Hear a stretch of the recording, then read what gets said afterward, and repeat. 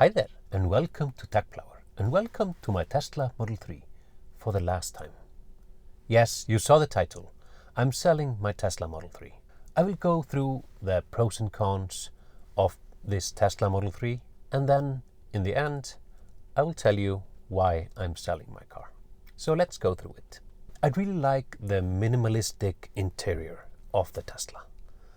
The single screen, just a few buttons on the screen, and really clean design of the car. And I would say it's quite airy. I feel like I have plenty of space inside the cabin. I really like driving this car as well. It has so much power. And that instant torque of the electric motor is awesome. Then the screen, yeah, it was a little bit strange at first just to have a single screen with everything in it, speed and everything. But I'm starting to really like it. It's so intuitive and you have everything you need there. And talking about the screen, you get a lot of software updates. We are getting new features to your car, and even though I've owned this car for 4 years now, I'm still getting updates to my car with new features. So that's awesome. I can't forget about Sentry Mode. When I park my car, I'm confident that if something happens to my car, it will be recorded. And I think I've used it 4 times to get money from my insurance. So that's really neat and an awesome feature. I like having the frunk with some storage, but I have to admit, I don't use it much. I expect I would use it more if it was automatic opening of the frunk, but not manual. Then of course it's so amazing to have everything in your phone and the driver profile. So when I sit in the driver's seat and start driving, all my settings, the seat, the side mirrors and everything are as I want to have them. That's really awesome. It surely is available in other cars as well, but in the Tesla, it simply works really well. The only thing that I have to change when I sit in the driver's seat is the rear view mirror, because it's not electronic, and of course then not part of the driver profile. And when I'm driving outside of the city, I always use autopilot. I love that feature. The car keeps its distance from other cars, it reads the speed signs and lowers or increases the speed, and also keeps the car in the lane. And it's so much relaxing driving long distances using autopilot than without it. And I also bought enhanced autopilot when I bought my Tesla Model 3. And I've actually used that quite a lot in the city. For example, the auto park feature. I have to admit the auto park feature wasn't really good in the beginning, but with software update, it got a great upgrade and now it works really well. It almost parks human-like, and in some cases, it parks better than me. So that's awesome.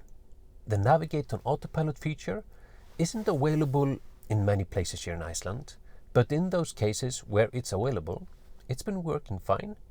Maybe a little bit hesitant to change lanes when I ask it to, but still, it's a nice feature. But of course, I'm looking forward when full self-driving comes to Iceland. That will be very interesting to try. And since I bought my car 4 years ago, the Supercharger network has been expanded, and now it's no problem driving around the country and hitting the Supercharger stations easily, both in summer and winter time. And of course there are some other charge points that I can use, but I really love the simplicity and the availability of the Supercharger network.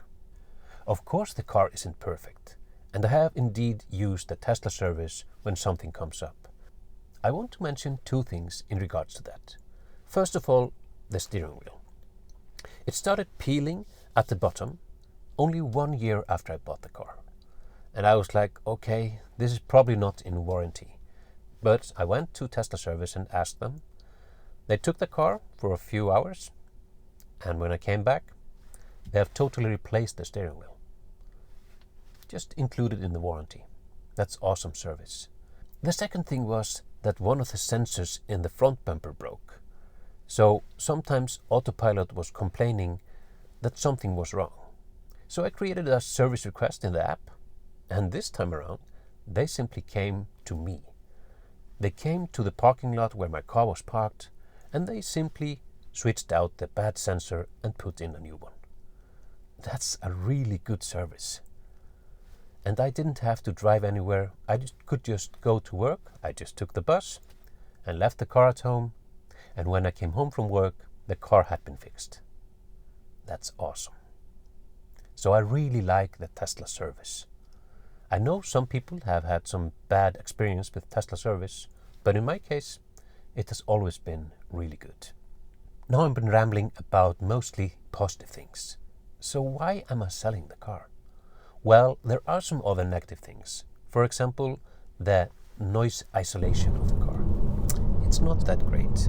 Of course, it's better than a gas car, but I can hear a lot of things going on around the car. If on rough roads, for example, I hear a lot of things coming into the car. Then there is the suspension. In my 2021 Model 3, the suspension is quite stiff. I can feel every bump and pothole in the road, and at times it can be quite annoying. And then it's the trunk. We have a lot of space there, but the opening of the trunk, it's quite narrow. And I've had a few occasions when I'm buying something large that I can't fit it in the trunk. I have to put it in the back seat. I know we have some extra storage at the bottom under the lid, but that doesn't help with large things that I have to be able to put into the trunk.